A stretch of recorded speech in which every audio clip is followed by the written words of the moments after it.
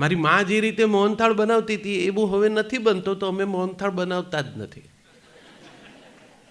મેં કીધું આ રહેવા દેજો, આની સાથે મારી જિંદગીના અમુક વર્ષો જોડાયેલા છે, એની સ્મૃતિ મારા મનમાં છે. તમારા મમ્મી સરસ જ બનાવે છે, પણ આની સાથે મારી લાગણી છે, એટલે એના સિવાય કાંઈ બનાવાય તો ચાલે.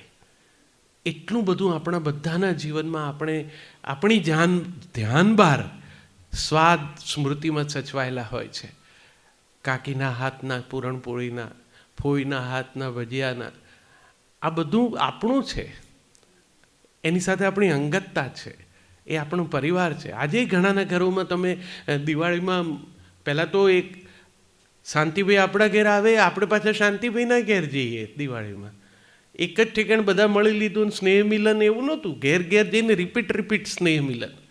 એનું એક કારણ કે આમના ઘેર કચોરી બહુ સરસ હોય છે, અને એ પાછા રાહ જુએ કે તમે એ જ કચોરી ખાઓ અને વખાણ કરો, તમારા જેવી કચોરી ક્યાંય નહીં. એની જે મજા આવે ગૃહિણીને પોતાની બધી મહેનત વસૂલ થયાનો, તો એવા બધા નાના નાના આનંદો, એ આપણા આનંદો છે જીવનમાં. બધા કંઈ સુનિતા વિલિયમની જેમ અવકાશમાં ન ઉડે, આપણે આપણા આનંદના અવકાશમાં ઉડવાનું. આપણા આ આનંદો છે. અત્યારે થયું છે શું, એવી બધી કથાઓ કહીને તમને એટલા બધા અભાવોથી અમે લોકોએ ઘેરી લીધા છે સ્ત્રી સ્વાતંત્ર્યના નામે, કે તમને પોતાના જીવનના જે ખરેખર મહામૂલા આનંદો છે એના તરફ ધ્યાન જ નથી જતું. કે આ તો કોઈને ન મળે એવા મને મળ્યા છે. પણ દરેકને એમ છે કે જે છે એના સિવાયનું કંઈક પારકે ભાણે લાડુ. આ મોબાઈલ જેવું છે ને, દાંપત્યમાં પણ તમને તમારી પાસે હોય એ સિવાયનો જ સારો લાગે.